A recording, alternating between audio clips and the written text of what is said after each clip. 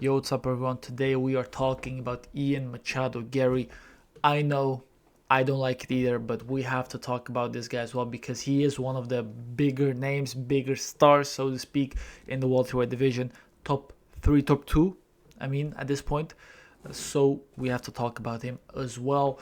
Ian Garry has announced that he is in camp, right?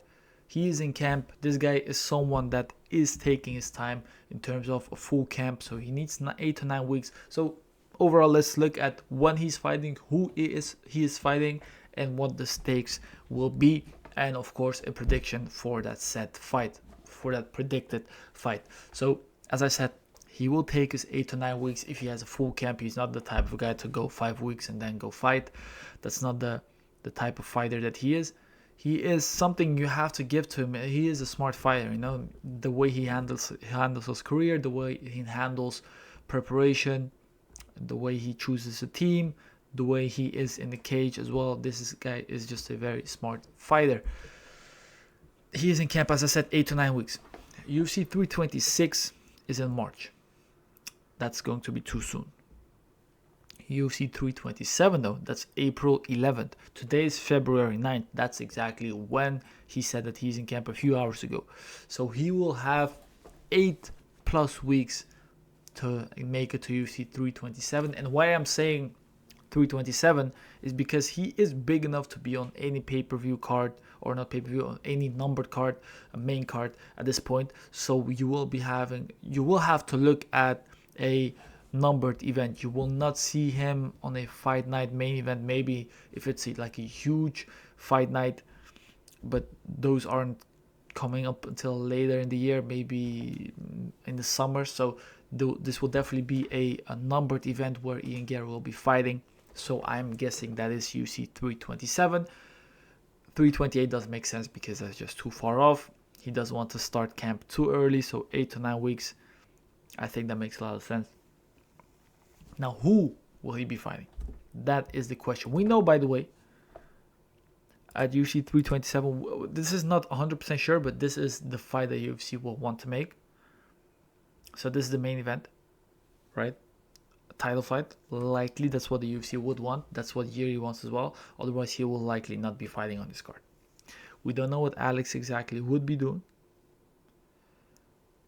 A lot of rumors are going around that he will be going up. This is nothing sure yet, but if this is the main event, that means that Ian Garry will not be the main event, right? He will likely then not be fighting for a title, so it will not be Islam Makhachev. Look at this guy. This guy is huge, bro. This is crazy.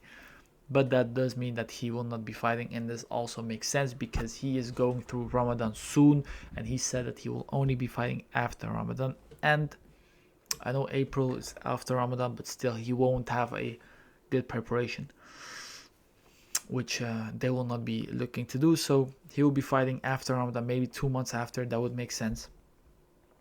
And I just wanted to show you guys this picture as well.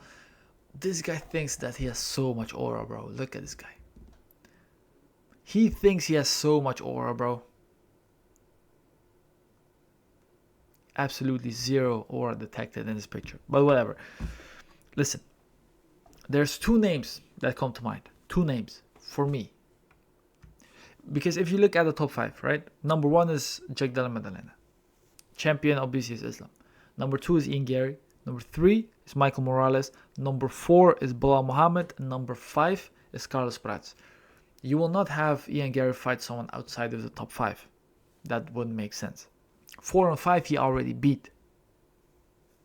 Very impressive. Champion he won't be getting. So it's number 1 or 3. Number 1 is JDM. Number 3 is Morales. I would say that the possibility of, in terms of it making sense, it's 50-50. It could be either JDM or Morales in terms of it making sense, right? So, as I said, could be JDM. Look at his full aura. Could also be Michael Morales. But if we have to look at this and it really make complete sense, right? I don't think it's going to be JDM. I do not see that happening. Because I think that the UFC would want there to be a clear number one contender that would fight Islam. JDM, even if he beats Ian Garry, he's not getting a shot. That does make sense because he just got dominated a few months back, so it would make sense. Morales and Ian Garry are the contenders that have the best shot, besides Kamaru Usman if you want to go a completely different route. It's Ian Garry or Michael Morales, right? So now that Islam isn't fighting anyway, you have them fight. I think that makes a lot of sense. You have them fight to decide who is the actual number one contender. Because, as I said, whoever wins here, then it's clear. But now it's really not, because you could give it to both guys and it would be okay. I wouldn't mind either one. But I feel like they could do a bit more to really get a number one contender fight. So for me, it's in my mind it's likely to be Ian Garry versus Michael Morales. Makes sense as well. Entertaining fight. They would want Morales to win probably, but they wouldn't mind Ian Garry winning either, so they can make like Dagestan versus Ireland 2. But also this guy has a lot of hype. He's more entertaining as well, more knockouts, more finishes. So I would say that the UFC, it's a win-win situation for the UFC. It doesn't really matter who wins, because either guy is they can make a storyline out of it, you know? Now the prediction. Who gets this one done? This is a tough one. I think we can all agree on the fact that Ian Garry is the better overall fighter, more technical, smarter fighter as well. Good takedown defense, good grappling, very fast hands, good striking overall, good defense, good movement. Chin is okay. I don't think he has a bad chin. He doesn't have an amazing chin, but he has an okay chin. Now an okay chin is a problem against Michael Morales, because this guy hits so hard. We've seen it with Sean Brady, with Gilbert Burns, Neil Magny, and many, many more guys.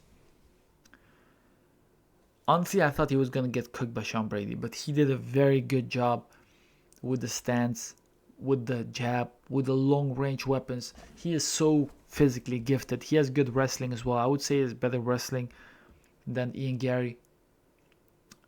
Much more power, much more athletic. Good cardio as well. Ian Garry has very good cardio, and it doesn't seem like Morales has bad cardio. He doesn't have like the best cardio in the division, but it's pretty good. Ian Garry came in on short notice against Carlos Prates as one, was able to fight for 5 rounds. He did almost get finished in round 5. He got hurt, and then also short notice, I think he had a hard time keeping up the pretty high pace that he set. It's a tough one because this will be 3 rounds, right? This is not going to be a 5-rounder. It's going to be 3 rounds, as this is not a main event or a title fight. I think that does well for Morales. He can set up a higher pace, and he won't get tired after round 3 because there is no round 3. It's a tough one, man, because I feel like Ian Garry will be winning the fight, but one shot and it might be over. One shot and he might be behind again. It's always dangerous. I think that Ian Garry will try and implement a lot of the clinch, but Michael Morales, I think he is good defensively in wrestling. Also in the clinch, he can reverse those positions, I would say. I think that he will be the one moving forward. We saw that Ian Garry even got tagged up a bit by Bilal Muhammad, which is not too crazy because Bilal, at the end of the day, he's a very good fighter, so it's not crazy. But I felt like that fight was very competitive. It wasn't a blowout at all. I feel like you could definitely see 30-27. That's not crazy, but it's a competitive 30-27. You know what? Each round was close. It's not like Ian Garry was punishing him and cooking him, whatever. That was not happening at all. I think Michael Morales, you won't really be able to take him down if you're Ian Garry. You're not really able to keep him against the fence because Michael Morales is much stronger. You won't really be able to tire him out too much because it's only a 3-round fight. He has more power. He has good volume. He has good strikes. He can hit you as well. It's not like Ian Garry is very extremely hard to hit. He can be hit if your opponent actually throws. Like Prates didn't for 4 rounds. He didn't throw at all. Started to throw in round 5 and then he caught him a few times. Sorry guys, I'm very tired. But overall, it's a tough one because you would see Ian Garry winning the first few minutes, but at some point, Michael Morales will find the range, will hit him hard a few times and get the rounds that way. So I would say Michael Morales does more damage, but Ian Garry has more volume, so it's going to be close and competitive rounds. But I will go 29-28. Michael Morales, Spider-Man. I think that he gets this one done, and I think that he will earn a title shot. It might be a KO TKO, but I don't think so because Ian Garry is too slick, but he will get tagged up a few times. You will see his nose be red, and you will see his mouth bleed and whatnot. Well, Michael Morales will be looking good. I do think he loses the third round. Or no, I don't know. It's tough. But I do think that he loses one round at least. I think Ian Garry is good enough to take a round off of him. I think he's the better fighter overall, as I said, but I think the power is different. I think that once Morales starts hitting him, it's going to be different. It's going to be different in the eyes of the judges as well. So, UFC 327. Michael Morales versus Ian Garry. And then Michael Morales wins and gets the title shot against Islam Makhachev. Wendo. That's a tough one. I would say not White House. That would be too early. Right, I think that would be too early. April, May, June. Maybe, because it is April 11th. And then he has over 2 months. So it wouldn't be crazy. It wouldn't be insane. I don't know. But I know that he's fighting Ian Garry, and I think that he's winning. So thank you guys for watching. Let me know what you thought of these predictions, and I'll see you in the next one.